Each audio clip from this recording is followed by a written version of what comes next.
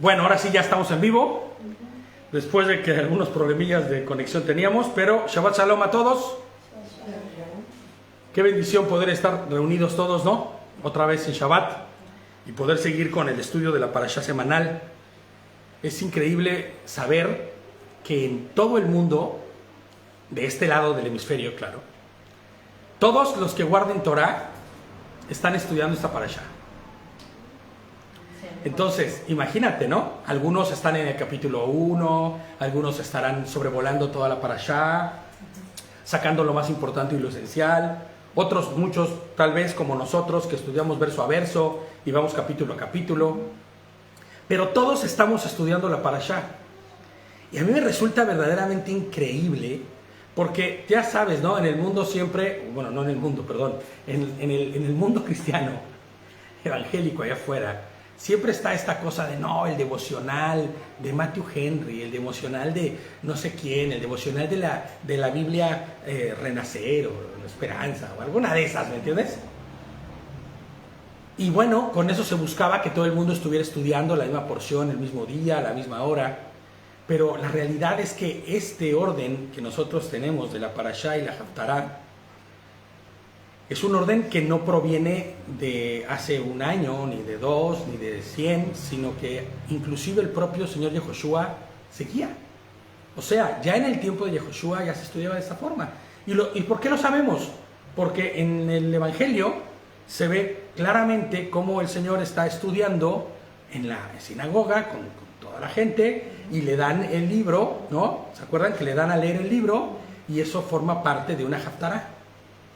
Entonces nos damos cuenta que la porción que estaba leyendo el Señor forma parte de una haftará y entonces Él estaba estudiando también bajo ese mismo orden. Y para nosotros es muy gratificante saber que estamos estudiando conforme a la voluntad de Adonai, ¿no? En esto que es estudiar los 5 primeros libros, que sabemos que se le denomina Pentateuco. Sabemos que los nombres están en griego, que no están en hebreo, pero que nosotros siempre buscamos mencionarlos en hebreo para que se entienda el significado real. Y te voy a decir algo que también no es tan guau, ¿no? Porque, ¿cómo es que se llama cada una de nuestras parashás? ¿Qué es lo que le da nombre a cada una de nuestras parashás? O los parashots. Pues lo primero que diga la parashá en el texto es lo que dice, ¿no? ¿Ok? Pues así también los libros. También los libros son de igual forma, ¿no? Bereshit, en el principio, ¿no? En el Reshit. Bemidbar, en el desierto de, ¿no? Entonces, no es tan complicado entender la forma en la que están nombrados los libros en hebreo. Lo que a veces resulta un poco complicado es entenderlos en griego, ¿no? Por ejemplo, se le ha denominado números en español, pero en realidad, pues, en griego sería aritmi, ¿no? De aritmética. Entonces, ¿por qué se le puso ese nombre? Bueno, pues ya razonándolo un poco más, en el libro de números hay muchos censos, hay muchos números, hay muchos conteos, claro, ¿no? Entonces, ¿qué pasa? Que nosotros tenemos que entender que es una gran bendición para nosotros poder estudiar no solamente como estudiaba nuestro Señor, sino también entendiendo lo que es en el idioma original, algunas de las partes. Pablo dice que es mejor hablar 2 o 3 palabras que se entiendan a decir 400 que no se comprendan. Entonces yo me podría poner aquí a decir cada una de las palabras en hebreo, a orar en hebreo, que tampoco lo sé del porcentaje, al 100%, ¿no? Sé algunas oraciones, sé el significado de muchas palabras, ¿no?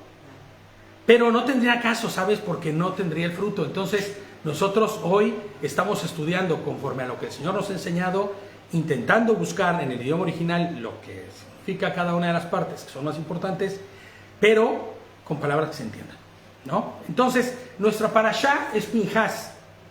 ¿Quién fue Pinhas? ¿Quién me puede decir quién fue Pinhas? El nieto de Aarón. ¿Hijo de? Hijo de Eleazar. ¿Ok?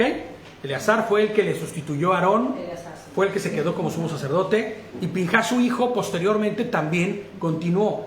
¿Se acuerdan qué fue lo que hizo Pinhas? No lo vemos en la parashá Pinhas eso, No, eso lo vimos en la parashá anterior. La pasada, Así es. Él fue ¿Qué fue lo que hizo Pinhas? Tuvo un celo del Señor porque el pueblo se estaba prostituyendo, ¿no? Se estaba prostituyendo, estaba yendo en pos de las sacerdotisas, que en realidad eran prostitutas, ¿no? Del templo de Moab, ¿no? De los moabitas, del templo de deidad que ellos tenían, al cual les servían de esa manera. Entonces él, lleno de celo, al ver cómo uno de los principales, o hijo de los principales, ancianos, por decirlo así, o patriarcas, ¿no?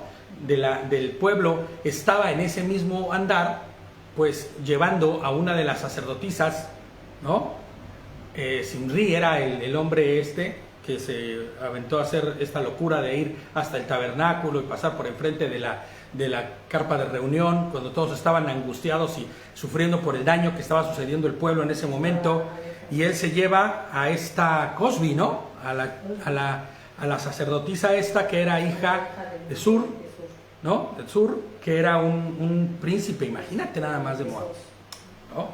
Entonces, ¿qué sucede? Que cuando él ve que se está llevando a esta chica, que realmente se está prostituyendo porque está cumpliendo con un propósito, con la sexualidad que ella está haciendo, va y Pinhas toma una lanza, fíjate, siendo hijo de sacerdote, y que posiblemente, o no posiblemente, sino que estaba destinado a ser el próximo sumo sacerdote, él se llena de celo, y ese celo no es que lo cegue y actúe de manera impulsiva y loca, sino que él entiende y sabe en ese momento que lo que él tiene que hacer es algo que tiene que ser radical, exactamente, ¿no? Radical, ¿no? Que algo que tiene que ser, ¿cómo se llama? De peso y de fondo, para transformar la naturaleza de las cosas que están sucediendo en ese momento. Eliminar la iniquidad que hay en el pueblo sucediendo, y toma la lanza y perfora a estos dos que están entrando ya en la habitación o en la tienda de este hombre, a hacer lo que supongo que tenía que hacer ahí en su locura. Y entonces este hombre lo que hace es que realmente los atraviesa y los mata a los dos. Y dice que en ese momento, ¿qué pasó? La mortandad que se había desatado por todo el pueblo paró. Y yo creo que eso es lo que nosotros deberíamos hacer. Hablábamos la semana pasada de qué es lo que deberíamos hacer eso nosotros, con nuestra iniquidad, con nuestro pecado, con esa deliciosa manera de vivir, ¿no? Para muchos, para los que hemos experimentado la gracia, misericordia y el perdón de Dios, pues las cosas son distintas, pero para el que sigue todavía en el mundo o todavía sigue preso de su carne, pues es deliciosa, ¿no? Las acciones que llevan a cabo, y eso te ata y te amarra, ¿no? Y de alguna forma él radicalmente fue y atravesó a estos. Eso es lo que nosotros deberíamos hacer. En otras palabras, matar nuestra carne, morir, como dice bien Gladys, morir a nosotros mismos. Porque no podrá ser de otra forma que nosotros tengamos, que deje de haber mortandad dentro de nosotros. Porque cuando hay pecado, la paga del pecado es ¿qué? Muerte. ¿Caemos muertos después de haber pecado? No, pero somos muertos en vida. Somos muertos espiritualmente. No, pero si yo te veo bien vivito. Sí, pero espérate, mi rey. No, espérate, porque ya nos vemos al final del recorrido. Y entonces nosotros debemos tomar las acciones del buen Pinhas, el negro, que les decía, ¿no? Que significa el negro. No sé por qué se le haya puesto ese nombre a Pinhas, ¿no? Igual y cuando nació morado, así, ¿no? Ya sabes que los bebés cuando nacen luego morados, ¿no? Y dijeron, no, este es el negro, ¿no? Porque poner el morado iba a estar medio raro, ¿no? Entonces, sí, claro, ¿no? Entonces, vamos a estudiar nuestra parashá, que no tiene nada que ver con Pinhas, porque estamos en el capítulo 27. Acuérdense que vamos verso a verso. Y entonces vimos el 26, que fue el censo, ¿se acuerdan? El realizar el censo al pueblo la vez pasada.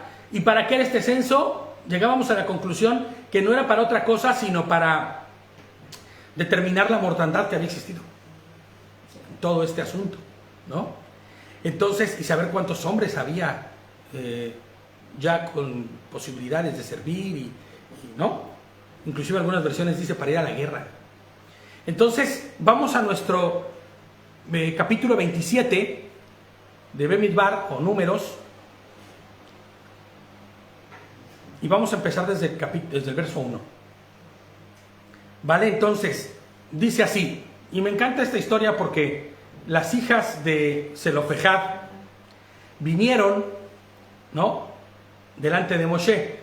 Vinieron las hijas de Zelofejad de la familia de Manshitá, hijo de Jefer, hijo de Gilad, hijo de Maquir, hijo de Manasés, hijo de...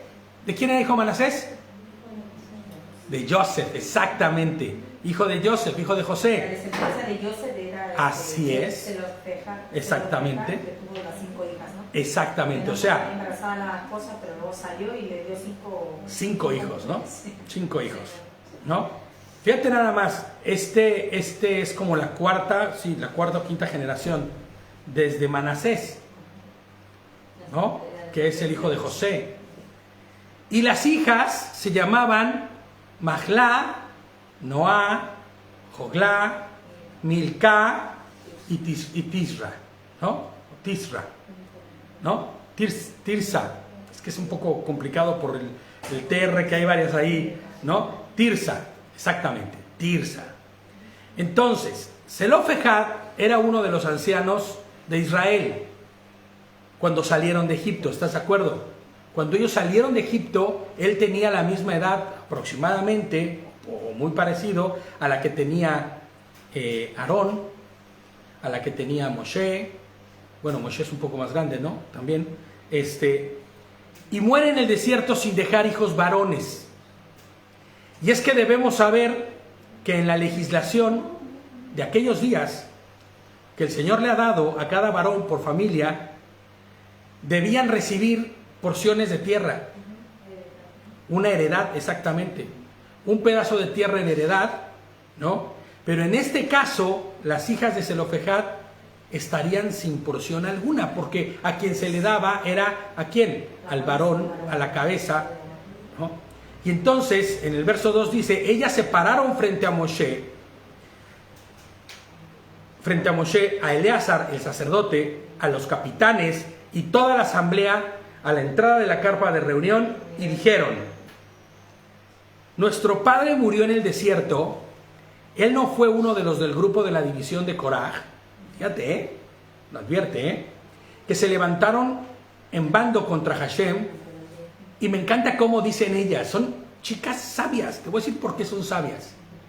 Porque ellas no dicen, mi papá no estaba con Coraj que se levantó frente a Moshe, o que se rebeló frente a Moshe, o que hizo una cosa frente a Moshe. No, ellas que están diciendo. Dicen lo mismo, pero de otra manera. No, lo que dice es, no se levantaron frente a Hashem, no frente a Moshe. De otra forma. Nadie se levantó frente a Moshe. Moshe no era el que mandaba ahí, Se levanta en contra de él. sino todo el que fuera en contra de lo que Moshe decía, estaba yendo en contra de la voluntad de Dios, porque Moshe, ¿qué era lo que hacía? Pues replicaba lo que Hashem le había dicho, lo que Adonai le había dicho que dijera, eso era lo que él iba y replicaba. Y todo el que se pusiera en contra de él, ¿estaría en contra de quién? Pues de Adonai, de Hashem.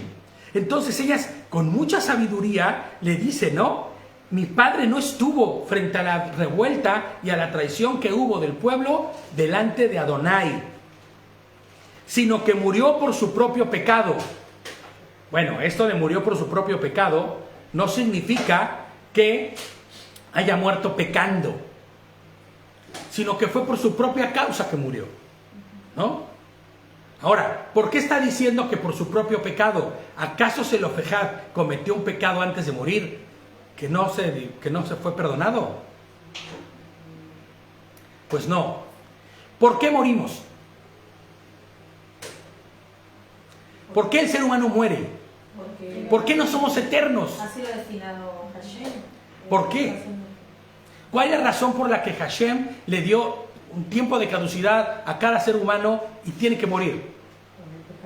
Claro, porque vivimos una naturaleza caída, vivimos una naturaleza, ¿no?, corrupta, La simiente que nos trajo a este mundo, a nosotros, los que estamos en este tiempo, y después de Adán y de Eva, ¿no? Viene con el sello del pecado.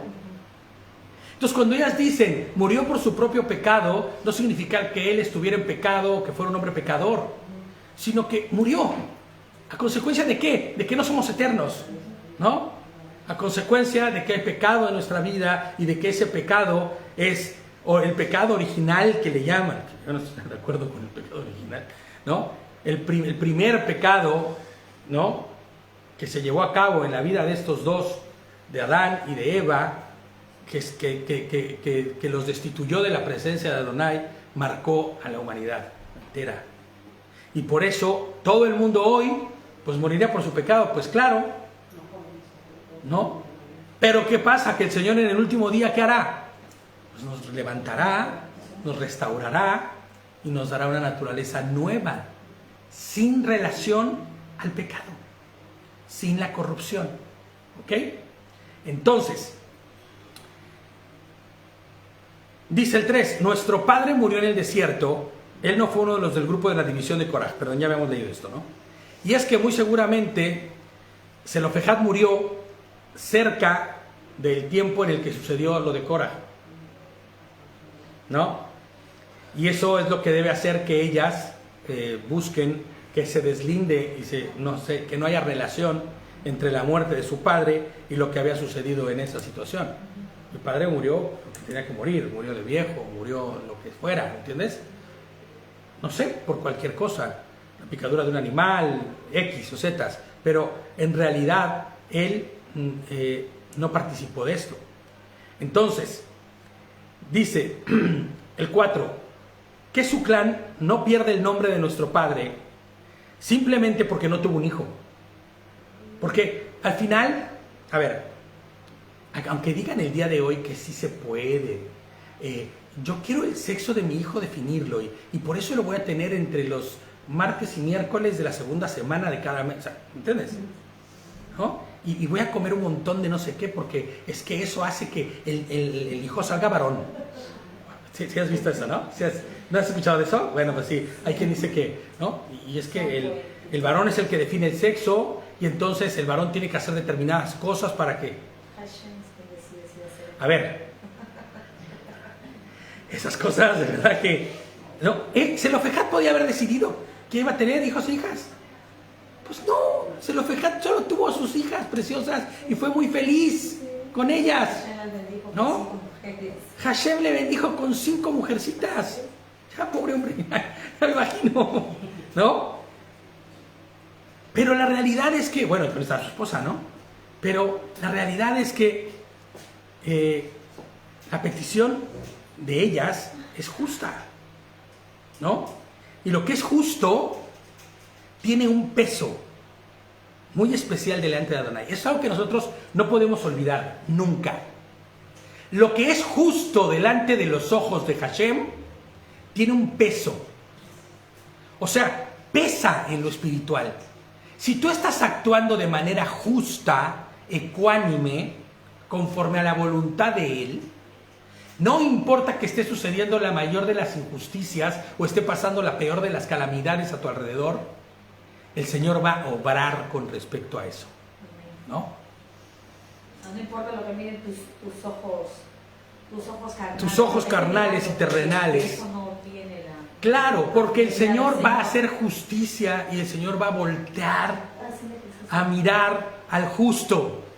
¿Hay un solo justo? No, pues no hay un solo justo. Al que ha sido justificado por Hashem, ¿no? Por Yehoshua. Pero sí hay acciones justas delante de los hombres. ¿Cómo se llevan a cabo esas acciones justas? Que es un poco de lo que vamos a terminar hablando este día. ¿Cómo es que el hombre puede saber que está obrando en justicia? Por lo que el Señor te enseña en su palabra. ¡Claro! El Señor te dice, ama a tu prójimo como a ti mismo.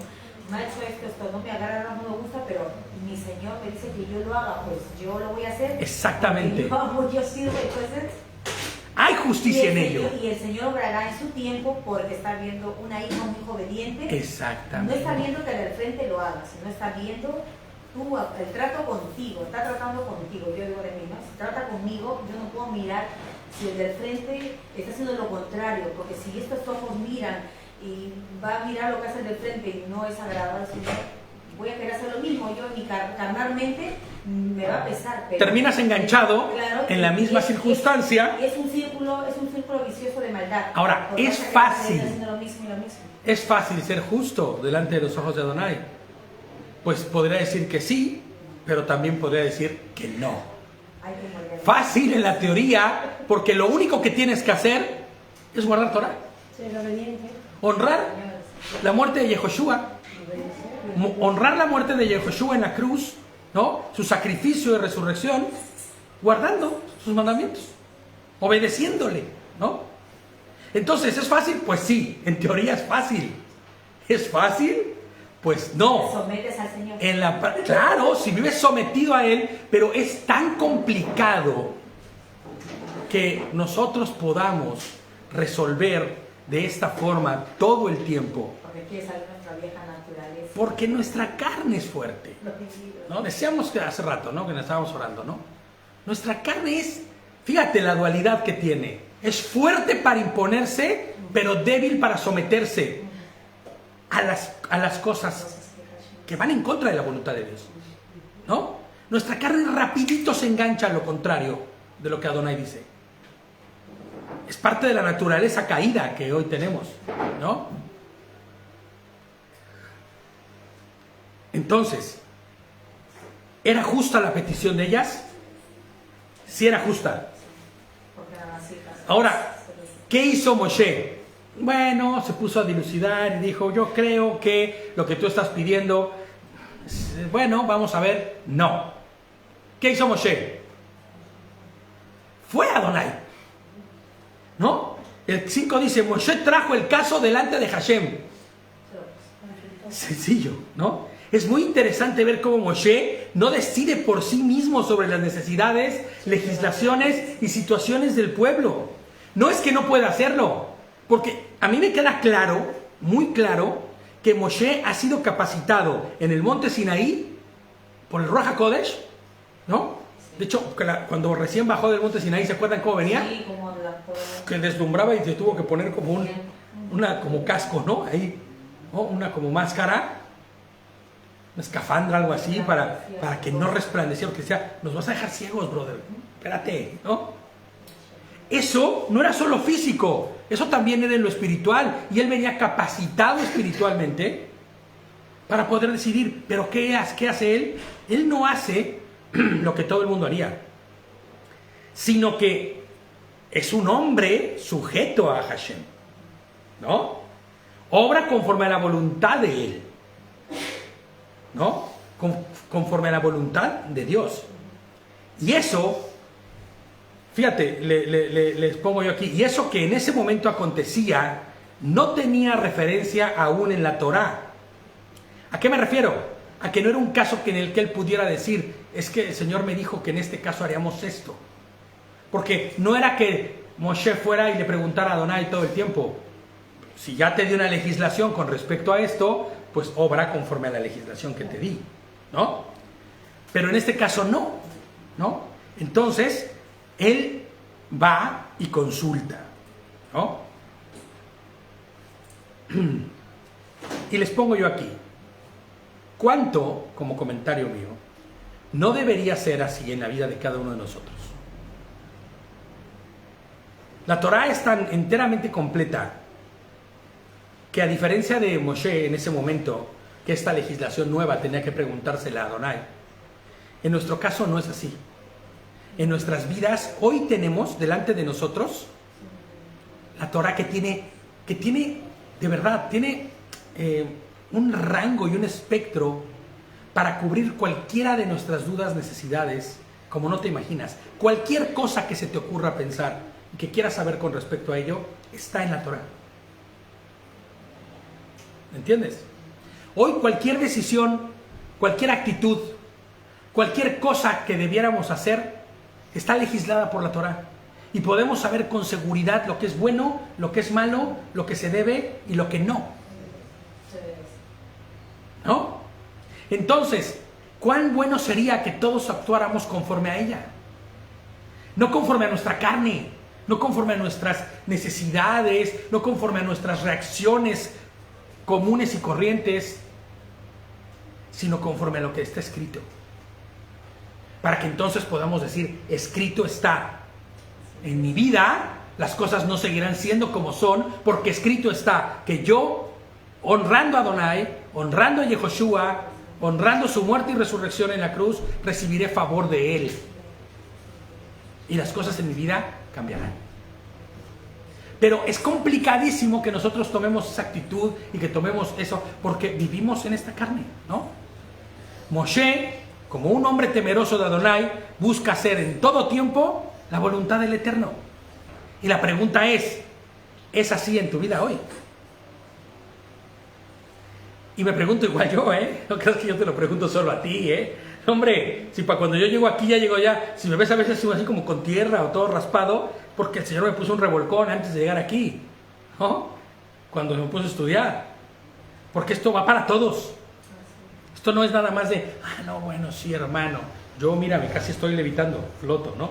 No, todos estamos en el mismo problema, todos estamos en la misma situación, todos vivimos bajo esta misma carne y bajo en este mismo mundo, pero todos tenemos las mismas herramientas espirituales que el Señor nos ha dado.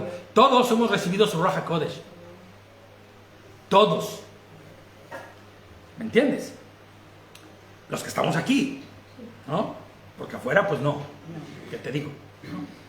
Y Hashem le dijo a Moshe, y me encanta porque el Señor presta atención de lo que dicen sus siervos fieles. O sea, tú te puedes ver en el lugar de Moshe. Es que puede ser, yo sé, hasta esa risa como hasta nerviosa, ¿no? O sea, yo en serio, sí, tú podrías verte como Moshe hablando con Adonai. Pues claro que sí se puede. Claro. ¿Y sabes por qué? Porque Yehoshua hizo algo increíblemente impresionante. Rompió el velo que había de separación, derribó lo que nos separaba y hoy tenemos libre acceso al Padre. Ahora imagínate que tú tienes libre acceso al Padre y que puedes ir delante de Él, postrarte delante de Él, entrar en juicio con Él, decirle, Señor, aquí estoy, tú me conoces, tú sabes quién soy, necesito de ti. Necesito romper con mi pecado. Necesito deshacerme de una vez por todas de lo que me está estorbando, de este lastre que me detiene a seguir creciendo y caminando hacia la altura del varón perfecto que es Mashiach. ¿Tú crees que no te va a escuchar? Te digo algo, yo más de una vez he clamado, es que es increíble, y ves que Dios te escucha y dices, Señor, es que eres increíble, único. Y a veces, por eso dice Santiago, piden y no reciben porque piden mal. ¿Por qué piden para sus deleites? Pidan conforme a la voluntad de Dios, que es buena, agradable y perfecta, que va en pos de nosotros igual, ¿sabes? En la voluntad de Dios está que nosotros vivamos bien, felices, contentos, prósperos, llenos de todas las bendiciones y de todo su favor, llenos de su amor, llenos de su misericordia. Esa es la voluntad de Dios. Pero, ¿sabes? No la tenemos en nuestras manos en este momento, en nuestra vida, porque no actuamos conforme a lo que el Señor está pidiendo. Moshe, ¿qué hacía? Moshe era el hombre perfecto, pues no. 10 es el hombre perfecto, no. Es una película que dice, no, 10 es la mujer perfecta, ¿no? No, él no es el hombre perfecto, ni aunque fuera 11, no. Es un hombre que vive de rodillas delante de Adonai. ¿Y qué significa? Que te vayas comprándote unas rodilleras porque te la vas a pasar caminando como hacen la manda los que van allá, ¿no? A hacer la manda a las... No, hay unos que en México se ponen a hacer sus mandas y se ponen estas en Semana Santa y hacen todas esas cosas. Pues no. Nosotros tenemos que estar de rodillas delante de Adonai, aquí, en nuestro corazón. El miércoles, que han hecho las rodillas, es dentro de las mujeres orando. Fuerte, fuerte, fuerte. El miércoles estábamos hablando a las mujeres, estuvimos orando cada una, ¿no? Como siempre los miércoles después del estudio que tenemos. Y digo yo, Señor, que rompa las rodillas de todas las mujeres. Una de las hermanas, no es el nombre, dice, no digas que rompa las rodillas. Señor, espirituales, para que pueda ir delante de ti. Si no se doblen, Todas. no que se rompan. Porque, ojo, yo estoy seguro que en algún momento, Y le digo, no, sí, pero todas, o sea, la palabra palabra dice que todas rodillas se doblarán, ¿no? Y los soberbios y altivos que no quieran ser dobladas, seguro estoy que se romperán, ¿no? Pero no, o sea, que se doble toda rodilla, ¿no? No que se rompa, sino que se doble, ¿no? No me rectifiqué. Sí, ya. Entonces, ¿qué sucede? ¿Qué significa doblar rodillas? ¿Qué acción tienes cuando vas y te postras delante de Adonai? Humillación, humildad. Te humillas delante de Adonai. En esta humillación sana, ¿sabes? En esta humillación perfecta, que no es como ponerte de trapeador frente a nadie. Y si así fuera delante de Dios, lo haríamos, ¿cómo que no? Pero es esta humillación sana. Es esta humillación... ¿Mande? Permites que tu yo muera. Claro, porque es humildad, exactamente como dice Esther. Porque en esta humillación, en esta humildad, lo que estás diciendo es, mi carne no importa. Mi carne no sirve. Y como no sirve mi carne, yo tengo que ponerla delante del Señor, doblarme frente a Él, humillarme y postrarme y decir, no sirvo de nada, no soy nada, no merezco nada y no valgo nada, ¿sabes? Me acuerdo mucho de este pastor Chuck Smith, ay, mira que tengo mucho aprecio al Chuck Smith, ¿no? No porque lo haya conocido, sino porque es el fundador de Calvary Chapel, ¿no? En Estados Unidos, y en su corazón había verdadero amor por los perdidos, ¿no? Ahí lo veías al hombre andando, todos los hippies y todos esos eran los que él le predicaba. Él decía eso, ¿no? Bueno, él lo decía de una manera diferente. Él decía que cada que viajaba en los aviones, decía eso, se decía a sí mismo, no merezco nada, no valgo nada, no soy nada y no espero nada por lo mal que le trataban siempre, ¿no? Pero él decía, esta misma actitud es la que debes tener en tu vida, ¿sabes? Porque de esa forma tú estarás siempre dispuesto y preparado para recibir lo que el Señor tenga para ti. Y es que no es que nosotros tengamos una actitud egorreductora de esas que te mantiene, que sí debe ser egorreductora, pero que no te mantenga con el pie en la cabeza, tu cabeza, ¿no? No, ese no es el propósito y el plan de Adonai. El propósito del plan de Adonai es que bajes las manos ya, deja de querer hacer, yo me voy a encargar, ¿no? Es como si el Señor te dijera, quítese las manos de ahí, que nada usted tiene que hacer. Cuando queremos tener nosotros control. Porque yo soy el que obra, yo soy el que actúa, ¿no? No somos nada, ¿no? La realidad es que no somos nada, ¿no? Y Moshe tenía esa actitud. Moshe doblaba sus rodillas delante de Adonai e iba delante de él, ¿no? Y fíjate lo que dice nuestro verso, ¿no? Y Hashem le dijo a Moshe, la alegación de las hijas de Zelofejad es justa. Por eso te digo que había justicia en su petición. Y cuando hay un obrar justo, un anhelo justo, un deseo justo, una petición justa, inclusive un reclamo justo, no hacia Dios, sino hacia las circunstancias, que involucra la justicia de Adonai, ¿no? Que es estar en concordancia y alineado con su palabra, ¿no? Con sus instrucciones. Entonces, en ese momento, el Señor responde, ¿no? Y muy seguramente, como es en la justicia de Dios, en lo que tú estás pidiendo, Él responderá favorablemente a ti. ¿Amén? Entonces, la alegación de ellas es pertinente, es justa, debes darle una propiedad hereditaria entre los parientes de su padre, transfiérele la parte de su padre. Fíjate lo que está sucediendo aquí, cosa que no había sucedido nunca.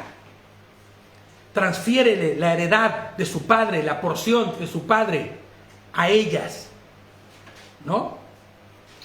En la halajá judía, o sea, en la tradición oral judía, ¿no? lo que es la Mishnah, ¿no? Dice que los hermanos están obligados, fíjate, al día de hoy, a partir de esta ley, ellos crearon otras leyes, ¿no? El pueblo judío. Y estas son de las leyes que yo veo correctas, ¿no? Muy correctas, porque ellos decían, los hermanos están obligados a mantener a sus hermanas con los recursos heredados de sus padres. Y fíjate, en la halajá judía dice, así de radicales son, ¿no? Inclusive si tienen que quedarse sin comer. ¿Te imaginas? El hombre, como hermano, si ve a su hermana padeciendo, tiene que mantenerle. Tiene que darle. Bueno, en la halajá judía, ¿no? Eso en lo que hoy se conoce como el Talmud, ¿no? En la tradición judía, ¿no? Pero fíjate qué fuerte, ¿no? Cuánto cuidado por la mujer, ¿no? Por la hermana, por la que está Ahora, si la hermana ya se casó, pues ya, ni hablar, ¿no? Ella ya está fuera. Ya si se casó, hizo su vida, ya salió de casa, ya no... Pero inclusive, es viuda. Bueno, pues ahora la ayudas doble, porque la ayudas como tu hermana y como viuda. Oh, es que su marido la dejó. Pues el equivalente a viuda, ¿no? Ayudarle. ¿Cuántos errores no cometemos a veces en la vida, por no ayudar a los nuestros, cuando estamos ordenados a hacerlo? Entonces, el 8 dice, además, háblale al pueblo israelita lo siguiente. Y entonces aquí ya viene la legislación, el procedimiento de los que hemos estado hablando, ¿no? Si un hombre muere sin dejar un hijo, ustedes transfieran su propiedad a su hija. Si no tiene hija, le asignarán su propiedad a sus hermanos. Si no tiene hermanos, le asignará su propiedad a los hermanos de su padre, o sea, sus tíos, ¿no? Si su padre no tiene hermanos, le asignarán su propiedad a sus parientes más cercanos de su propio clan, y esa la heredará, perdón. Y ese le heredará, perdón. Esta será la ley del procedimiento para los israelitas de acuerdo con el mandato que Hashem le ha dado a Moshe, ¿no? Adonai da a Moshe la legislación entera sobre las posibles situaciones que se pudieran presentar posteriormente. Ay, ¿a poco hay quien no? Pues hay quien no tiene hermanos, hay quien no tiene hijos, hay quien no tiene nada, ¿me entiendes? Porque era hijo único, porque no tuvo hijos. Entonces, el objetivo era conservar ¿qué? ¿Cuál es el objetivo de esta ley? ¿Cuál es el objetivo de esta ley en ese momento? Conservar, preservar, ¿no? La heredad en la misma tribu. ¿Sí? ¿No? Donde surgiera dicha situación para que no hubiera el empobrecimiento de esta. Porque recordemos que Adonai lo que quiere, por lo que da, ¿cómo es que se reparten las tierras del pueblo? De manera equitativa y justa. A los que tienen muchos, ¿no? Pues se les da mucha tierra. A las tribus pequeñas se les daba pues la tierra que le correspondía a cada uno. Es como si partiéramos ahorita la habitación en el número de personas que estamos y te corresponde el cuadrito que te toque, ¿no?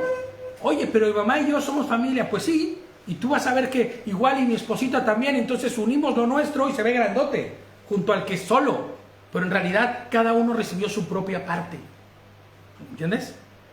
Y el objetivo era que no se empobreciera de ninguna manera, de ninguna forma, ninguna de estas tribus, ninguna de estos clanes.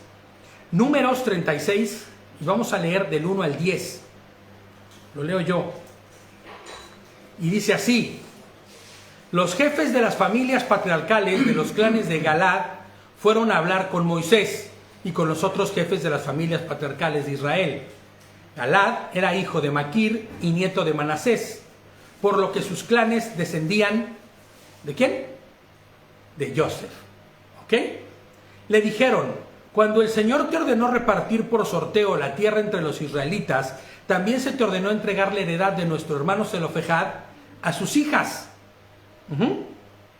Ahora bien, Si ellas se casan con hombres de otras tribus, su heredad saldrá del círculo de nuestra familia patriarcal. ¿Te das cuenta? Y será transferido a la tribu de aquellos con quienes ellas se casen. Se está rompiendo entonces el propósito por lo cual el Señor estaba haciendo esto, o por el cual el Señor le dio tierras a cada uno, ¿no? De este modo perderíamos parte de la heredad que nos dio el Señor, que nos tocó. Cuando los israelitas celebren el año del jubileo, esa heredad será incorporada a la tribu de sus esposos y se perderá como propiedad de nuestra familia patriarcal. Entonces, por mandato del Señor, Moisés entregó esta ley a los israelitas. Y es que, ¿por qué leemos esto? Porque es lo que va a componer, ¿me entiendes? Lo que va lo que va a completar esto, ¿no? De la ley que fue entregada. Entonces, el mandato del Señor, que el Señor mandó a Moshe y entregó a los israelitas. La tribu de los descendientes de Joseph tiene razón. Nuevamente, cuando vienes con razones prudentes, con razones justas, ¿qué hace el Señor? Responde. Y muy seguramente la respuesta será favorable. Respecto a las hijas de Zelofejad, estas chicas cómo han causado revuelo, ¿eh? El Señor ordena lo siguiente: ellas podrán casarse con quien quieran, con tal de que se casen dentro de la tribu de Joseph o Manasés, ¿no? Ninguna heredad en Israel podrá pasar de una tribu a otra, porque cada israelita tiene el derecho de conservar la tierra de su tribu, que su tribu heredó de sus antepasados. ¿Y esto qué significaría? Fíjate lo que dice el 8. Toda hija que herede tierras en cualquiera de las tribus deberá casarse con alguien que pertenezca a la familia de la cual salió, patriarcal, de sus antepasados. Así cada israelita podrá conservar la heredad de sus padres. ¿Se acuerdan que en las leyes de con quién podías tú relacionarte íntimamente, los únicos que están exentos de esas leyes eran los primos? ¿No? Ni con tu hermano, ni con tu padre, ni con tu tío, ni con nadie, pero los primos quedaron exentas, por decirlo así. Y es que en el plan era ese, el que se conservara los primos como, o sea, sí, tu primo, ¿no? El hijo de tu tío. Para que se pudiese mantener esto que estamos viendo aquí, que no se perdiera la heredad, sino que en la misma tribu se quedara, ¿me entiendes? Y no pasara a otras tribus, ¿no? Entonces, ninguna heredad en Israel podrá pasar de una tribu a otra, porque cada israelita tiene el derecho de conservar la tierra de su tribu, que su tribu heredó de sus antepasados. Toda hija que herede tierras en cualquiera de las tribus deberá casarse con cualquiera que pertenezca a la familia patriarcal de sus antepasados. Así cada israelita podrá conservar la heredad de sus padres. Ninguna heredad podrá pasar de una tribu a otra, porque cada tribu israelita deberá conservar la tierra que heredó. Las hijas de Zelofejad, ¿qué hicieron? Ah, no, a mí me gusta aquel, y aquel es de la tribu de Gad, yo me voy a casar con él. No, que podría darse, ¿eh? Podría darse. Ah, no, ese de Judá me hizo ojitos y está guapísimo, yo con ese me quedo, ¿no? Pues no. ¿Qué hicieron ellas? Así como eran justas para pedir, había justicia para obedecer, claro, porque su justicia estribaba ¿en qué? En la obediencia, ¿vale? En la obediencia estribaba su justicia, y por eso es que ellas dicen que las hijas de Zelofejad, ¿qué hicieron? Hicieron lo que el Señor ordenó. ¿Te das cuenta cómo todo termina en eso, eh? Ellas hicieron lo que Adonai ordenó. ¿Cuántos, perdón por la expresión, pero es muy coloquial aquí, cuántos marrones, cuántos problemas, cuántas situaciones difíciles, duras, complicadas, dolorosas, extrañas, nos quitaríamos de encima de hacer conforme a la voluntad de Dios? O sea, de poder decir lo que las hijas de Zelofejad, y ellas obedecieron a Adonai. Cientos de cosas. Si tu voluntad está sujeta a la de Adonai, tu carácter estuviera sujeto. ¿Te imaginas que estuviera sujeto Cuando alguien viene y me dice una injuria, ¿y yo qué hago? ¡Ah! Me vuelvo loco. No. El kirisimen. La palabra del Señor respalda. ¿No? Ahora, no por eso te vas a volver, sí, vengan, golpéenme, péguenme todos. No, hay un procedimiento para cada cosa. Haz conforme a la justicia del Señor. Obra conforme a los procedimientos de Él. ¿No? Y tú verás entonces, ¿qué? Su favor delante tuyo. Verás que responde favorablemente en tu vida. Pero somos especialistas en ir en contra de la voluntad de Dios. Somos especialistas en ir en contra de lo que el Señor dice. De querer hacer las cosas a nuestra manera. Digo, dice el Señor que seamos como niños, pero no en eso, ¿no? Porque es que a un niño le dices, ¿no? ¿Qué dice un niño? No, eso no, es lo primero que va y hace, ¿no? Entonces, en eso no seamos como niños, ¿ok? Seamos como niños en la inocencia frente al pecado, ¿no? Entonces, fue así como Hashem resolvió todo lo relacionado a las hijas de Zelofejad. ¿No? Me encanta esa historia, no sé por qué, pero me gusta muchísimo esta historia, ¿no? Y me gusta cómo es que resuelve, porque te puedes dar cuenta de esto, ¿no? No es que el Señor resolvió arbitrariamente, no es que les hizo un favorcito por ser mujeres, no. Él dio el valor a cada uno de los que tenían, fue justo porque las peticiones fueron justas. Y ellas eran justas porque veo que responden y obedecen a la voluntad de Él, ¿no? Entonces, ya ahorita a partir de este momento cambia, como si fuera otra película ya, ¿no? Ya a partir de este momento no tiene nada que ver ya con las hijas de Zelofejad, sino vamos a empezar a ver cómo el Señor trata con Moshe. Cómo trata con el liderazgo de Moshe. Y cómo trata con lo que será la partida de Moshe. Porque Moshe está a punto de irse. Y él no puede irse así nada más. ¡Ay, se nos murió el líder! ¿Qué hacemos? No. Hay un proceso que se tiene que cumplir. Y entonces, aquí viene lo siguiente. Hashem le dijo a Moshe, sube a estas alturas del Abarim y observa la tierra que le he dado al pueblo israelita. ¿No?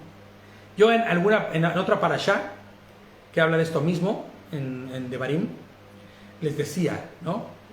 Que no es que el Señor sádicamente le haga subir al monte y le diga, ¿ya viste, Moshe? ¿Ya viste? Por portarte mal. Mira, todo lo que te vas a perder, ¿ya viste? Esa tierra no la vas a recibir. No vas a hacer entrar tú a los hijos de Israel a esa tierra. No. Lo dijimos en esa ocasión y lo vuelvo a repetir. Y creo que es todo lo contrario. Y fíjate, en mi comentario les pongo, siempre que leo este pasaje, siempre pienso cómo el Señor ama a Moshe. Porque le muestra hasta dónde ha llegado el pueblo, que un día era esclavo en Egipto y él sacó a través de Moshe, a través de ser obediente a las órdenes de su creador. Es como decirle, hasta aquí hemos llegado, Moshe. Hasta aquí, ¿no? De hecho, yo siempre he dicho que inclusive aunque Moshe no hubiera equivocado en la forma que equivocó, ¿no? Cuando golpeó la roca, que ahorita lo voy a mencionar también, yo creo que él tampoco hubiera entrado, como el propio Aarón, porque el Señor dice que ninguno de esa generación iba a entrar a la tierra prometida. De esa generación se refiriéndose a los mayores, a los adultos de esa generación. Tanto Caleb como Josué, pues no forman parte de ella. El mismo Eleazar tampoco. ¿Me entiendes? Porque ellos son jóvenes, ellos son la siguiente generación. La generación como de patriarcas en ese momento, ¿no? La generación de los que eran cabeza.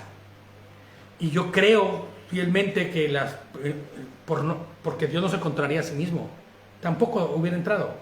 Claro, lo que hizo Moshe estuvo malísimo, ¿no? Golpeando la roca.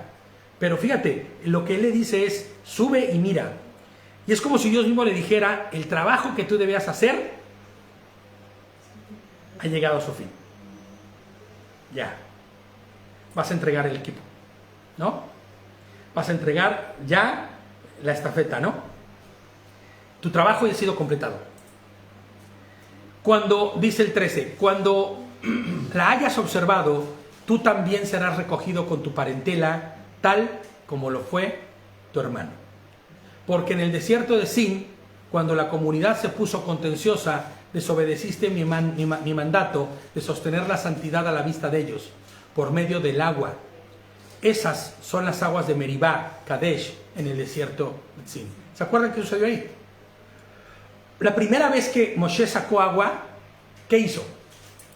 La orden de Dios fue golpear la roca. Golpeó la roca y salió agua. Y en la segunda ocasión, ¿qué le dice Hashem a Moshe? Habla a la roca, exactamente, habla a la roca y de ella brotará agua. Siempre hemos pensado y hemos dicho que Moshe, ya en la desesperación de este pueblo contumaz y rebelde, y tal vez él en la misma línea de lo que sucedió antes, va y golpea la roca, ¿no? Sale agua, claro, porque el Señor respalda, ¿no?, lo que estaba sucediendo, pero no era así, porque cuán mayor hubiera sido la gloria y la honra para Hashem cuando Moshe solo hubiera volteado y hubiera hecho, sal de ahí agua, ¿no?, y pum, brotar agua, a que fuera y golpeara la roca. Así ya no la sabemos, Moshe, ¿no? Casi, ¿no? Entonces, eso es a lo que le está citando, ¿no? Números 20, 12.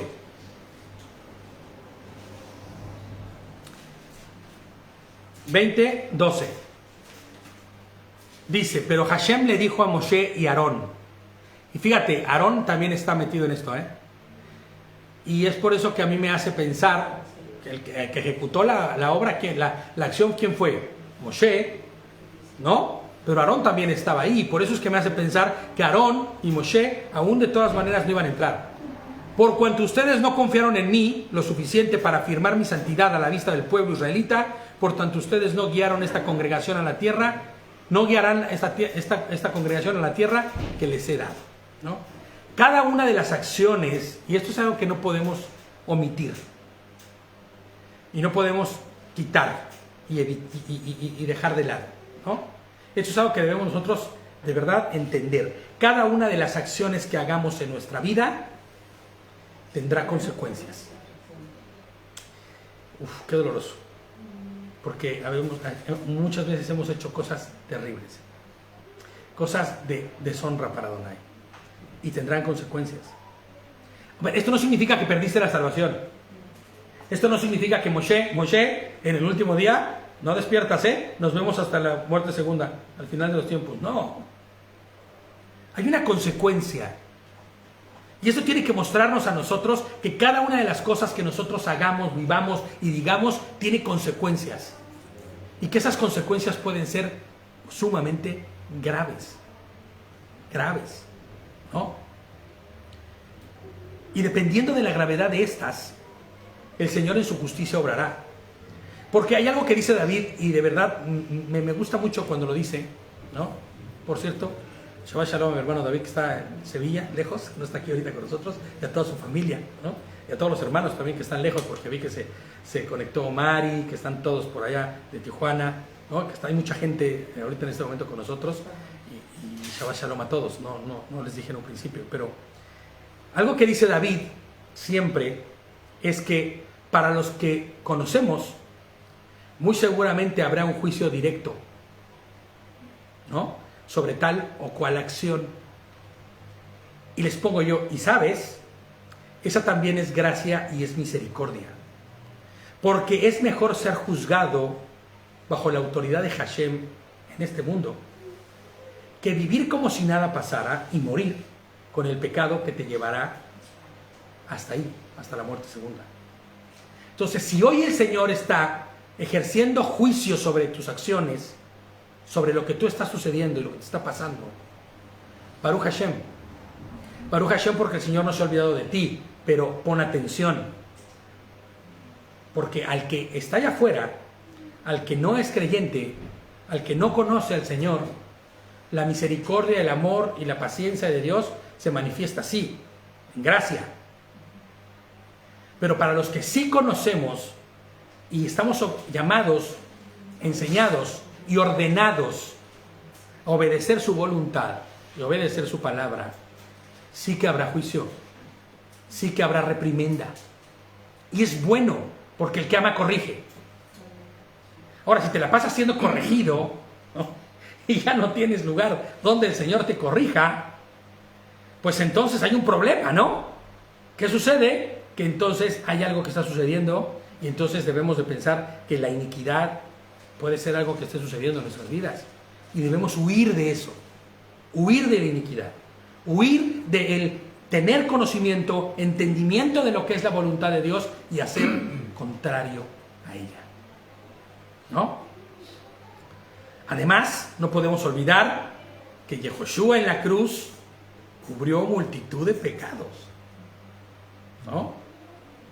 Entonces imagínate que sabiendo nosotros que nuestro Señor Yehoshua ya pagó por cada uno de estos pecados, nosotros deliberadamente, inicuamente, porque hay iniquidad, vamos haciendo conforme a lo que se nos antoja, ¿no? Entonces, eso necesita llevar su determinada corrección en la justicia de Dios. Y es lo que está sucediendo con Moshe. Hay justicia de Dios, de parte de él, ¿no? Aparte de que Víctor, hay una parasha, ¿no?, que habla que Dios le hizo partícipe de este camino. Él estaba ya contento porque era partícipe. Claro. Hasta donde llegara, ¿no? Exacto. Y ahí el Evangelio también aclara, dice en Hebreos 11, 24, son 4 o 5 versículos que declara, dice: por la fe Moisés echó ya grande, rehusó llamarse hijo de la hija del faraón, escogiendo antes ser maltratado por el pueblo que gozar de los deleites temporales del pecado, teniendo por mayor riqueza el vituperio de Cristo que los tesoros de los egipcios, porque tenía puesta la mirada en el galardón. Claro, Claro. Dios ya le había mostrado eso. Sí, claro, definitivamente. Él para desechar todo lo que tuvo en Egipto, pues él era el príncipe. Él era el que gozaba de los beneficios, porque ni siquiera tenía que legislar, fíjate nada más, ¿no? Él era solo el que, como decimos en México, freseaba, ¿no? Andaba de pijo, gozando de los beneficios. No le valieron y prefirió los vituperios por el celo, ¿no?, que Adonai puso en él, porque debemos entender algo. Como seres humanos, nada hay bueno de verdad dentro de nosotros. Y lo que hay bueno está puesto por el Señor. En serio. O sea, porque puedes ver al mayor filántropo de la historia donando miles. Y su donación siempre trae un doble fin, ¿me entiendes? O en su vida ni siquiera, donó 150,000 millones de dólares o de euros o de lo que tú quieras a tal causa, pero está engañando a su esposa. ¿Me entiendes? No, o sea, la justicia integral de Dios viene solo de Dios, de nadie más, ¿no? Y viene a nosotros a través del Ruach HaKodesh para darnos esa misma manera de actuar y de vivir. También que es un tipo de Cristo en la antigüedad. Claro. Y al igual que nuestro Mesías también, él no completó, aparentemente para el mundo no completó la obra porque vino el fracaso de la muerte. Claro. Y muchos en su momento dijeron: este fracasó también. O sea, claro. Murió y entonces no entró, no llegó, ¿no? Se quedó en la meta. Como muchos Cristos que hubo antes, ¿no? Claro. Y como muchos podrían pensar que hubiera sido, porque muchos dijeron: hombre, ¿qué pasó? No, que este era el bueno. Lo acaban de matar en la cruz. Es uno más de los... Es otro más. Lo que no entendían y no comprendían es que él iba a resucitar. Y era ahí donde venía la magnificencia de la obra de él, ¿no? Entonces, y es cierto, Moshe es un tipo o una figura o una sombra, ¿no?, de lo que sería Mashiach. La obra de Mashiach continúa, ¿eh? Y te vas a dar cuenta cómo era necesario que él muriera. Ahorita que sigamos leyendo, te vas a dar cuenta por qué era necesario que Moshe no metiera a la gente que iba a meter en la tierra prometida. Fíjate, vamos a seguir. Moshe le habló a Hashem y le dijo, ¿qué le dice? Moshe, esta es una de las pocas veces que tú vas a leer esto.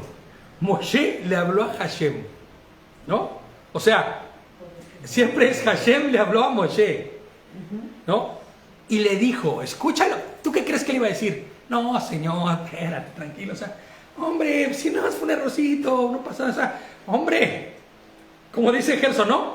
Si me despojé de ser el príncipe, no seas así, ¿no? No. Porque más antes se había intercedido por el pueblo. Hombre, ¿cuántas veces no había intercedido? Y fácilmente podía interceder por él mismo. ¿Qué dice? Que Hashem, fuente del aliento de toda carne, fíjate de qué manera lo dice, ¿eh? Nombre a alguien sobre la comunidad. O sea, que no se quede esta comunidad sin líder. Yo ya llegué a mi fin. Acepta, entiende y comprende sin ningún problema lo que el Señor le está ordenando. Es que nosotros debemos observar esto y aprender de esto. O sea, debemos en verdad anhelar esos dones, los mejores dones, dice, ¿no? Los más grandes. ¿Y sabes cuáles son los más grandes? Los que te hacen más pequeño. Esos son los dones más grandes que los que nosotros debemos anhelar, los que te hacen más pequeño. Porque mientras, ¿qué dice Juan? Yo necesito ¿qué? Menguar para que tú crezcas. Y eso es lo que tenemos que hacer, ¿no? Anhelar menguar. El reino de los cielos será el último. Así es, ¿no? ¿Se acuerdan la parábola? Siempre David y yo nos acordamos de esa parábola, ¿no? Cuando llega a las bodas y se sienta hasta delante, ¿no? Y dice, no seas como los que se sientan hasta adelante, porque no sea que lleguen y te digan, hombre, ¿qué pasó, mi hermano? Si este lugar no era para ti, este lugar está reservado, el tuyo está allá atrás. Qué vergüenza, ¿no?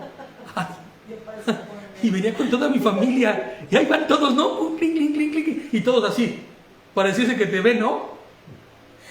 A que tú llegues y veas la mesa de hasta allá atrás y digas, pues de aquí somos, porque la verdad es que no, quién sabe, ¿no? Yo aquí me quedo hasta atrás y desde lejos el anfitrión te diga, hey, fulano, Víctor, ¿qué pasó?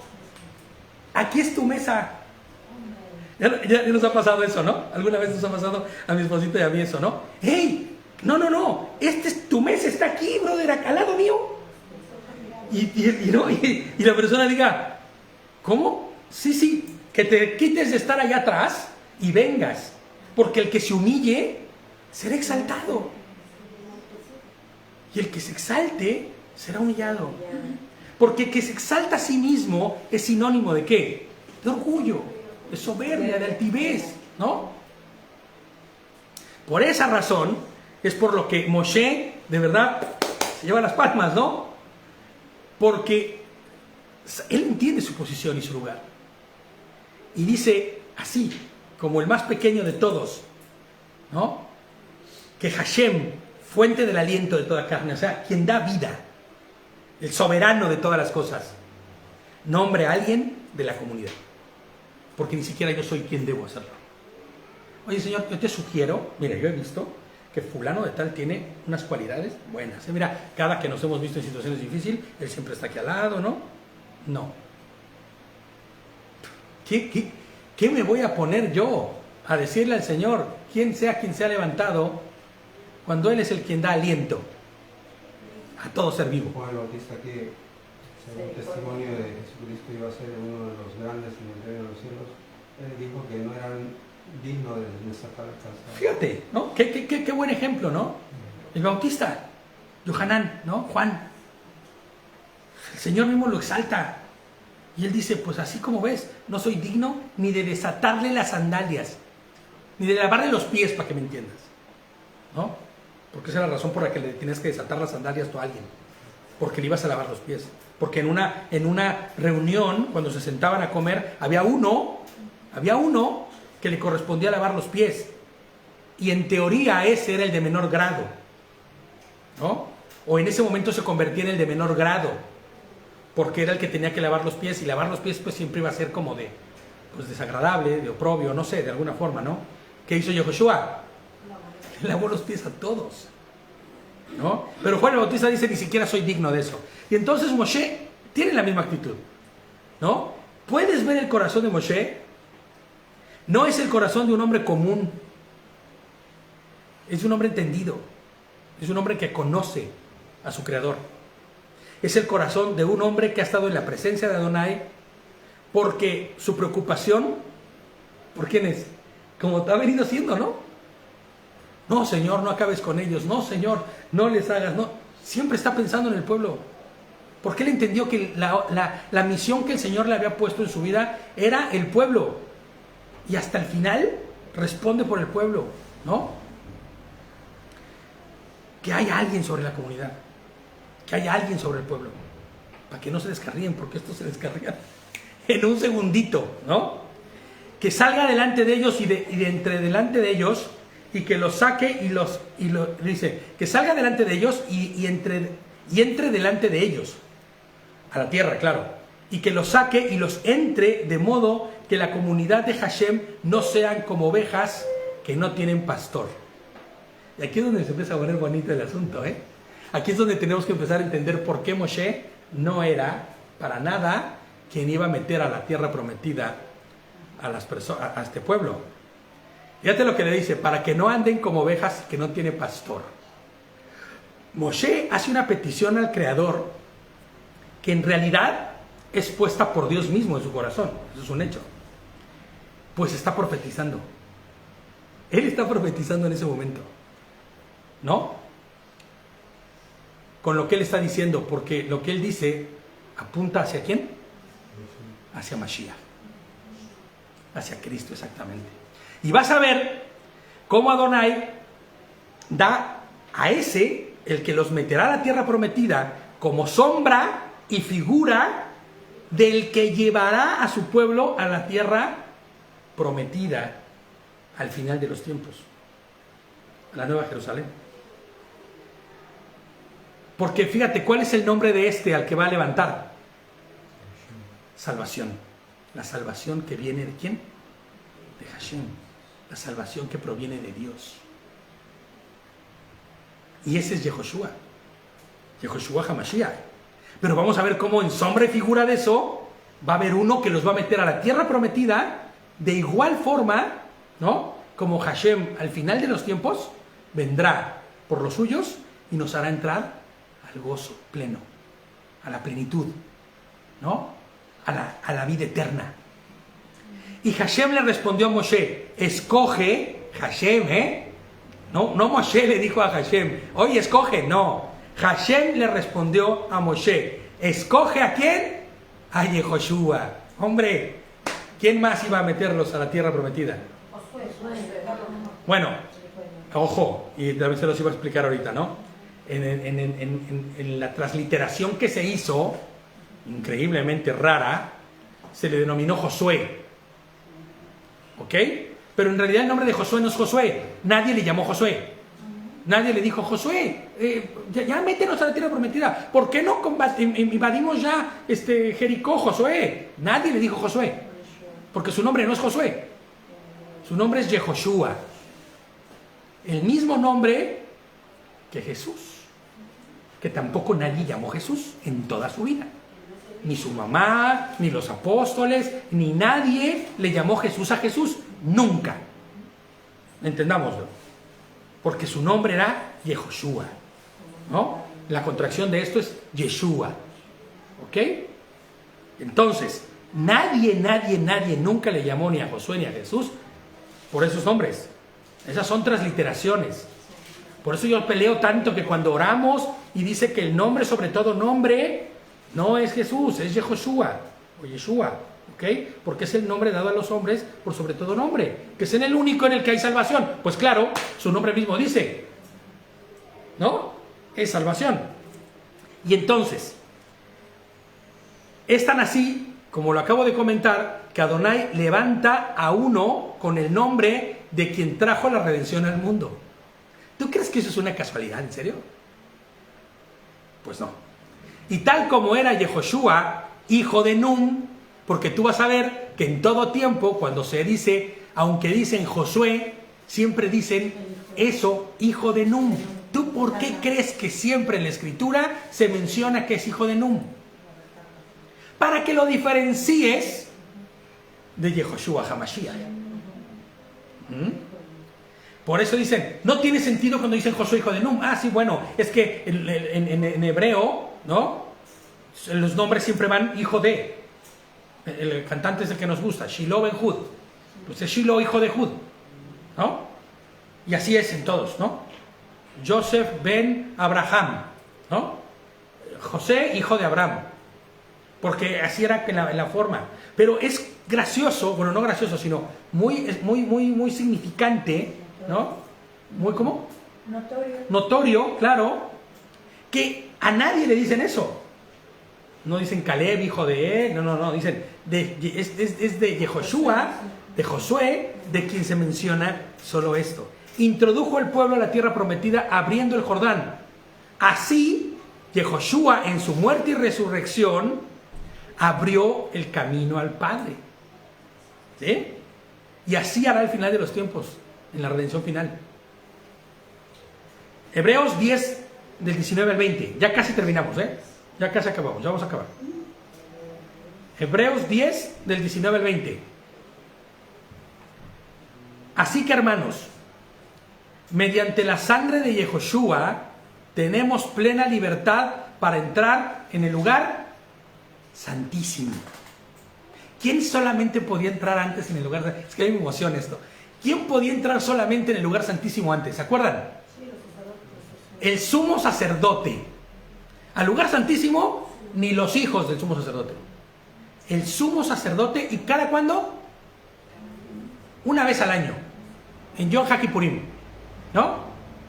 Que era cuando se expiaban los pecados del pueblo entero, ¿no? Hebreos 10, 19, 20. Y entonces fíjate lo que está diciendo aquí.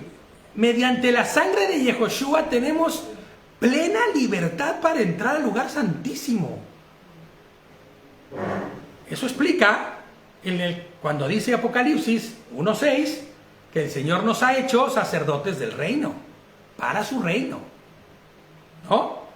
Pues hoy como sacerdotes tenemos libertad de entrar al lugar santísimo por el camino nuevo y vivo que Él nos ha abierto a través de la cortina, es decir, a través de su cuerpo. Porque así como se desgarró el velo que dividía el lugar santo del lugar santísimo, así se desgarró también Mashiach en la cruz. Y fue a través de su cuerpo que tenemos redención. Por eso bien claramente dice Apocalipsis, ¿no? Él es la puerta. Él es la puerta, ¿no?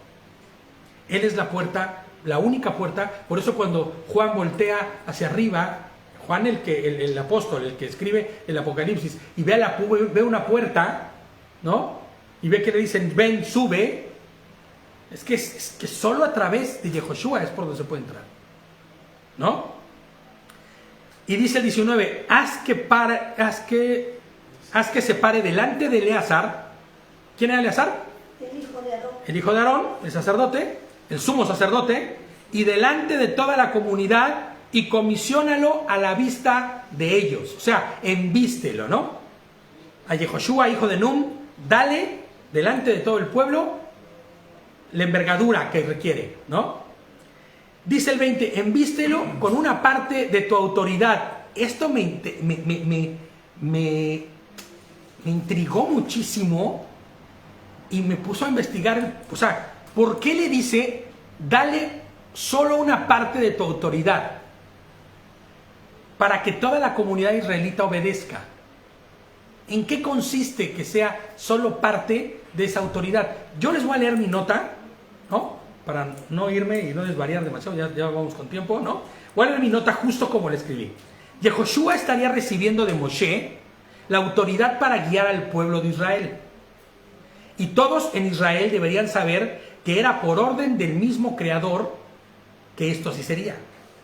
Aunque no sería igual que con Moshe, porque mientras que Moshe hablaba literalmente con Adonai en todo tiempo y actuaba por orden de Adonai mismo, e inclusive el propio Aarón y el propio Eleazar habían sido ordenados por Moshe. ¿Sí estamos viendo a qué voy? Inclusive ellos buscaban a Moshe para resolver tal o cual cosa. O sea, la autoridad máxima, ¿quién era? Moshe, ¿no? La autoridad máxima ahí era Moshe, porque era quien recibía las órdenes del Creador. Entonces, Ahora Yehoshua, hijo de Num, irá con Eleazar y pedirá dirección y guía, aunque eso no quitará el que Hashem hable con Yehoshua, ¿no? Hijo de Num. Las decisiones y acciones las consultará con Eleazar. Y vas a ver por qué lo digo.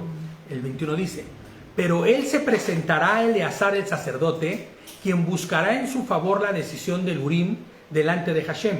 ¿Sabes qué era el Urim y el Tumim? ¿No? Las dos piedritas estas que se ponían dentro del pectoral, y dependiendo de la que saliera era la que decisión que se tomaba. Era como una suerte, ¿no? ¿Qué dice la escritura? Que la suerte, ¿a quién le pertenece? A Adonai, ¿no? Entonces, si tiraban a la suerte, ¿cómo decidieron que Tomás fuera ¿cómo se llama? No es Tomás, sí. El otro apóstol, cuando ya traicionó a este Judá, a este Iscariote, ¿no? Judas el Iscariote, ¿no? Y tienen que decidir por otro de los apóstoles. ¿Qué hacen ellos? ¿A ¿Tobías? No. Matías. Bueno, es que es el único versículo donde aparece él. Por eso no es tan conocido, ¿no? Y no es Tobías, es... Bueno, no sé. No lo recuerdo. Si alguien lo tiene por ahí y lo puede poner, estaría increíble, ¿no? Fíjate, ¿no? ¿Qué hacen los apóstoles? Pues, tiran suertes, ¿no? Entre fulano y sutano tiran suertes, porque el Señor es quien dará la verdad. Si caerá cara o cruz, ¿me entiendes? El Señor es quien decide qué cae. El azar no existe como tal, porque no hay azar en la voluntad de Dios. Todo se rige. Cada átomo que conforma cada célula de tu cuerpo, cada protón y neutrón que giran alrededor, ¿no? Cada electrón, que gira alrededor de ese neonúcleo, está controlado por la voluntad de Adonai, ¿no? Matatías, gracias, Matatías es, brother, ¿no? Entonces, dice que irá y que consultará ¿a quién? Al sumo sacerdote, a diferencia de lo que hacía Moshe. Moshe consultaba ¿a quién? A Adonai. Y Yehoshua Binum, ¿qué hará? Pues consultará al sumo sacerdote. Moshe hizo como Hashem le había mandado. Tomó a Yehoshua y lo hizo pararse delante de Eleazar y el sacerdote y delante de toda la comunidad. Le puso las manos encima y lo comisionó como había hablado Hashem mediante de Moshe. Y eso me hace pensar, fíjate, ¿no? Eso no está en las notas, pero me hace pensar que lo que el Señor estaba buscando era que Yehoshua fuera subordinado, o sea, sujeto a.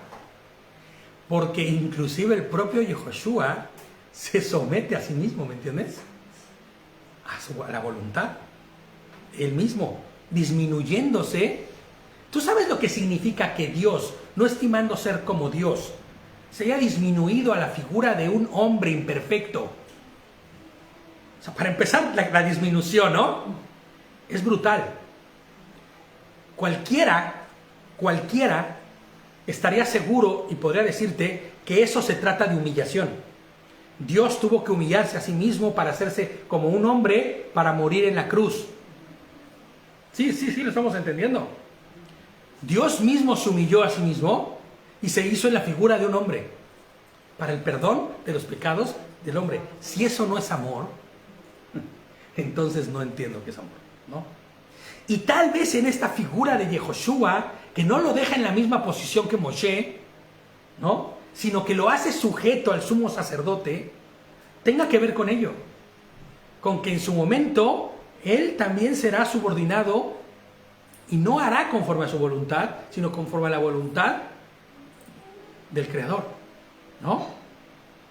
Y Yehoshua mismo Yehoshua HaMashiach se sujeta a su propia voluntad para el perdón de los pecados de la humanidad, ¿no?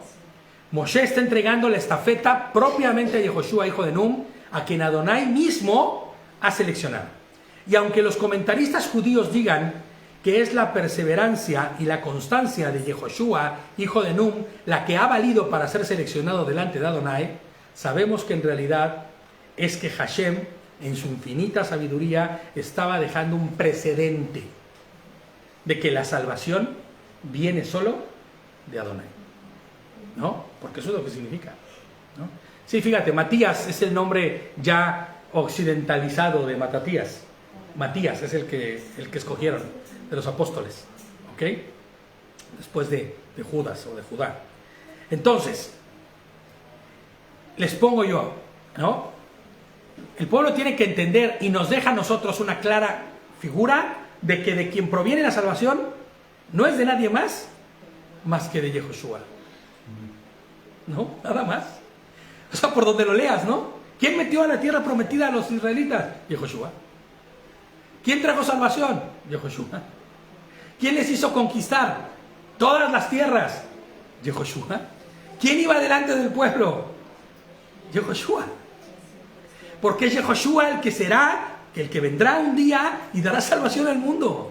Abrirá el camino para hacer entrar al pueblo, su pueblo, los escogidos, a la presencia misma de Dios. Eso va a ser una comparación. La ley no pudo ingresar, o sea, la ley representada por Moisés no pudo ingresar a la tierra, pero sí la gracia con él. Claro, exactamente.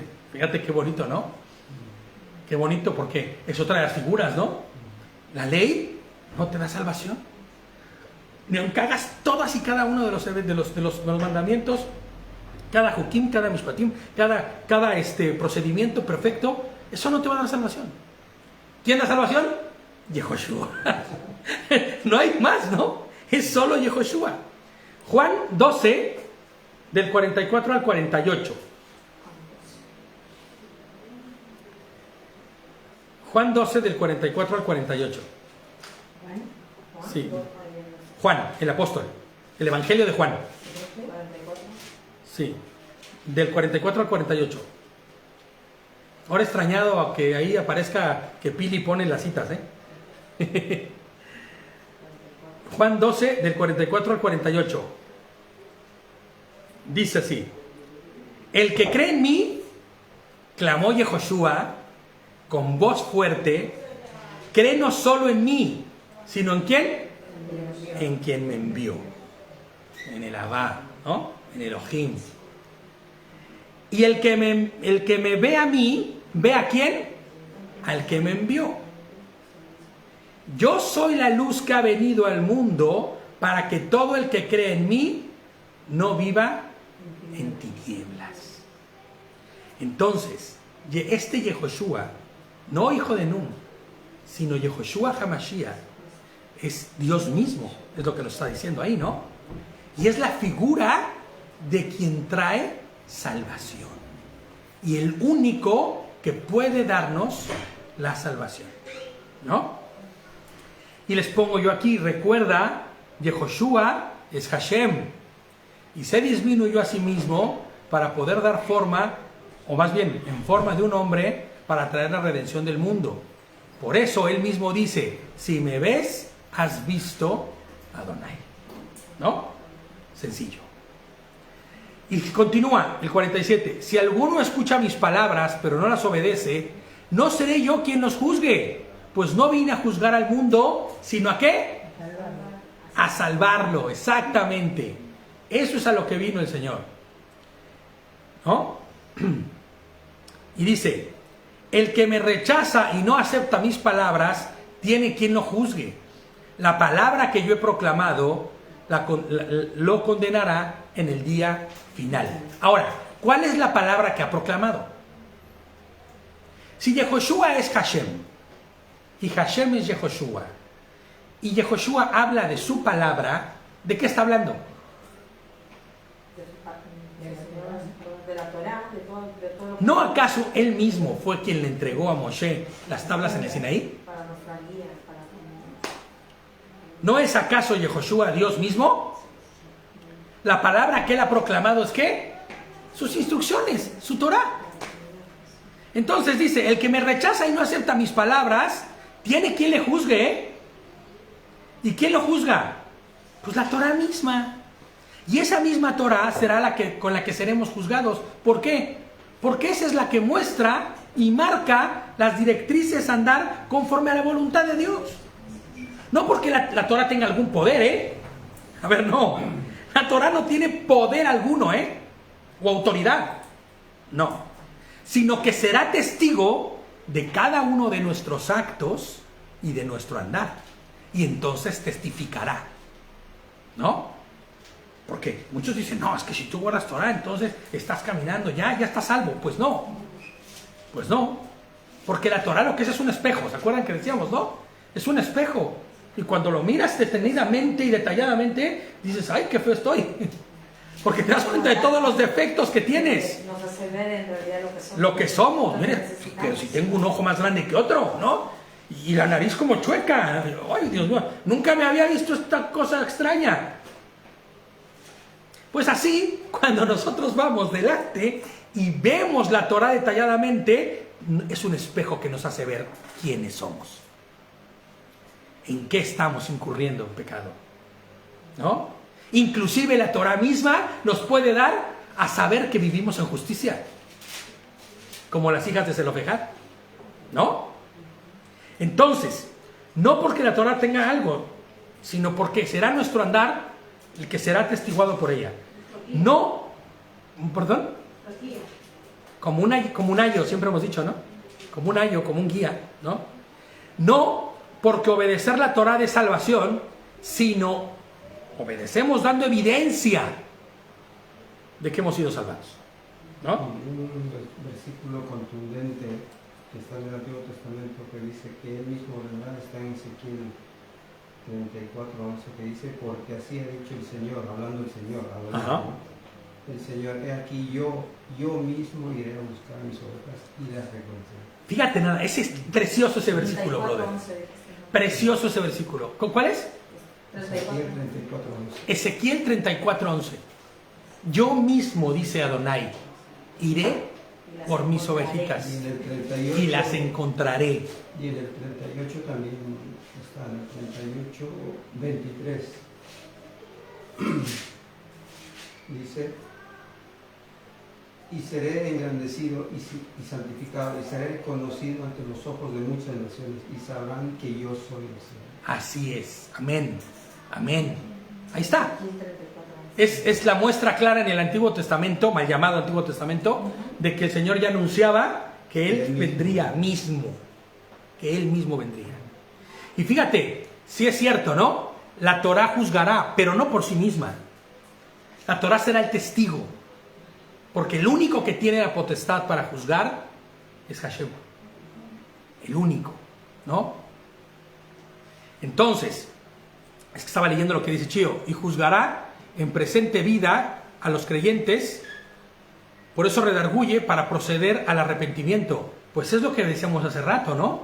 Al que es creyente, le juzgará, y habrá juicios, sí, juicios automáticos, ¿no? Tendrá su debido retribución. Claro, según su obra. claro, según su obra, ¿no? Leíamos también hace rato, ¿no?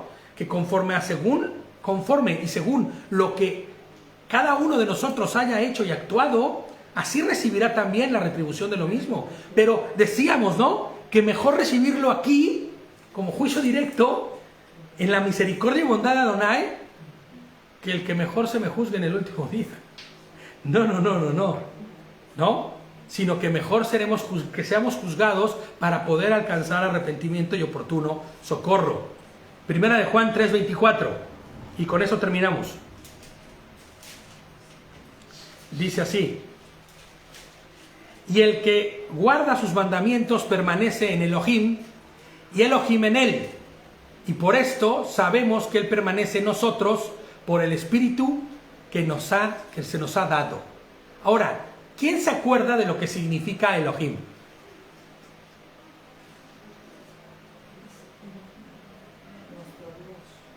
¿Qué es? Fíjate, ¿no? Qué precioso y maravilloso es este versículo. Ya hemos dicho antes que Elohim, ¿qué significa?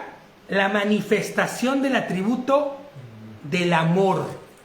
Yo les pongo aquí del atributo más hermoso de Adonai. ¿Qué es cuál? El amor. Entonces, cada que hablamos de Elohim, tenemos que hablar de su amor. ¿Sí? ¿Sí entendemos eso? Entonces, ¿cómo tendríamos que leer el versículo que acabamos de leer ahorita? Y es precioso, ¿eh? Y el que guarda sus mandamientos permanece en su amor, y su amor en él. Y por esto sabemos que él permanece en nosotros por el Espíritu que nos ha dado, el Ruach HaKodesh, ¿no? Es por amor, mi hermano. Es por amor, porque por lo único que, claro, por amor a él, por lo único que nosotros respondemos y actuamos conforme a la voluntad de él en obediencia. Por eso cuando habla de mandamientos habla de amor. Porque si hay mandamientos sin amor, es religión vana, ¿sabes? Es pura tradición, es pura cosa de hombres. Tiene que existir el amor del hombre para con Dios, para responder entonces y actuar de manera lógica, ¿no? De manera, pues como resultante de... Exacto. El que guarda sus mandamientos permanece en su amor. Quien vive en su santidad da testimonio de que el amor de Adonai está en él, ¿no? El que vive guardando su Torah es quien vive en santidad. Lo voy a volver a leer para que veamos el cómo una detrás de otro, ¿no? Quien vive en santidad da testimonio de que el amor de Adonai está en él. ¿Estamos de acuerdo? Quien vive en santidad da testimonio de que el amor de Adonai vive en él. ¿Ok? El que vive guardando su Torah es quien vive en santidad. ¿Eh? Es una pequeña reglita ahí ¿no? Porque es la realidad. El que vive en santidad es el que vive amando a Dios. Pero tú no puedes vivir amando a Dios si no vienes obedeciendo su palabra. ¿No? Gálatas 6, 9 al 10. 9 y 10. Y con esto estamos fin. Y Erika se ríe porque siempre digo lo mismo. Gálatas 6, 9 al 10 dice: así que hermanos míos, no nos cansemos de hacer el bien, porque a su tiempo cosecharemos si no desmayamos. O sea, firmes, ¿no? Decía la otra vez, agárrese, ¿no? Como decimos en México, ¿no? Agárrese machín, ¿no? Agárrese fuerte, agárrese del Señor, agárrese del único que le puede mantener arriba, con la cabeza afuera, respaldando, ¿no? El único que puede, cuando ya sientes que ya no puedes más, vamos, como no, para arriba. ¿Quién es el único que puede hacer eso? Hashem, Yehoshua mismo. Entonces, dice, así que no nos cansemos de hacer el bien, que por ninguna razón y motivo, digamos, no tiene ningún propósito, no tiene ninguna forma, yo voy a seguir haciendo lo que siempre he hecho. No nos cansemos de hacer el bien, aunque veamos que estamos yendo como los salmones. Me encantan los salmones, contracorriente, vaya. Aunque eso te lleve a que al final de los tiempos tú tengas que, como el salmoncito, morir, ¿no? Morir. Mejor, ¿no? Porque así el Señor entonces, ¡pum!, te levantará. Ahora nosotros no somos salmoncitos. Y el Señor no nos dejará morir si permanecemos, ¿no? No desmayemos. Por lo tanto, mientras tengamos oportunidad, fíjate lo que dice, ¿no? ¿Cuándo es tener oportunidad? Pues siempre, ¿no? ¿Cuándo es la oportunidad? Siempre hay oportunidad, ¿no? Hagamos el bien a todos y en especial a los de la familia de la emuná, de la fe, ¿no? En especial a ellos. Hagamos bien a todos. No nos cortemos en ningún momento por hacer bien a nadie.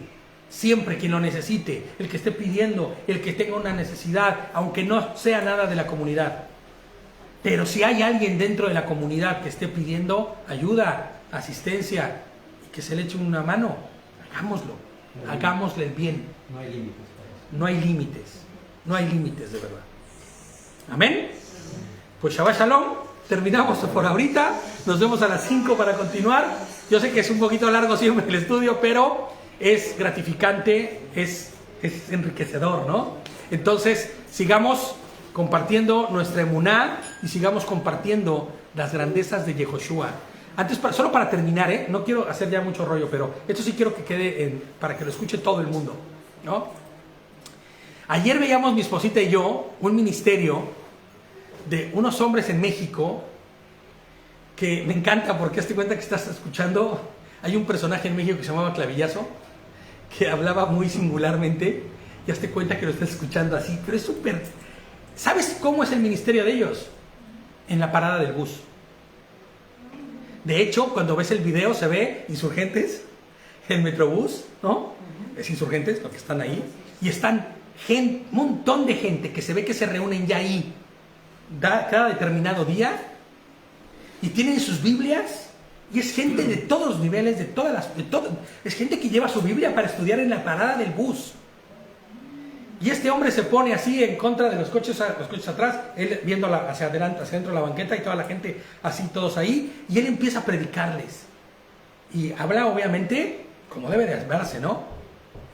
Con la verdad de la palabra, pero es muy coloquial en muchos sentidos, para que la gente le entienda, ¿no? ¡Wow! Nos impactó anoche, ¿no? Dijimos, ¿quiénes son estos? Aparte, él también dice Yeshua, ¿no? O sea, es gente que se ve que es entendida de la escritura. Y ¿sabes? Yo volteé a ver a mi mujer y le dije, qué vergüenza tengo en este momento. Porque es necesario que salgamos y hablemos del Evangelio. Allá afuera hay miles de personas que se van a morir sin conocer a Adonai, que se van a morir sin conocer a Yehoshua y su obra de redención. Entonces la exhortación es a todos los que nos están viendo, y a nosotros mismos y a los que estamos aquí, a que no nos cansemos de hacer el bien, porque hacer el bien es llevar a los pies de Mashiach, de Cristo, a las personas. No hay más bien o no hay bien más preciado para alguien en este mundo que ese, porque a través de eso tendrán vida eterna. Bienaventurados son los pies de los que llevan las buenas nuevas, ¿no? De esperanza. Pero también hay una plaza donde hay sobre una mujer Que está continuando. Sí, hay muchísimos. Continuamente hablando de la... Amén, de la amén. Biblia, Pues de la palabra. así es como debemos hacer. La exhortación es esa, ¿no? Y vayamos, y no solamente en las plazas, porque igual dices, no, hombre, qué vergüenza, yo que voy a andar yendo ahí. No, en nuestro trabajo, en nuestro grupo de amigos, ¿no? En las reuniones. Tenemos que llevar la palabra. No importa que te digan aleluya, que te digan lo que tengan que decirte. Que se refleje que Lleva. Dios vive en nosotros. Claro. Y sobre todo, que ellos miren la obra de Mashiach en cada uno de nosotros, porque hemos sido transformados. Amén. Amén. Pues, aleluya, dice mi hermano. Ya no pude leer quién era, pero así es. Aleluya, aleluya. Shabbat Shalom a todos. Les mandamos un abrazo fuerte, ¿no? Y nos vemos a las 5.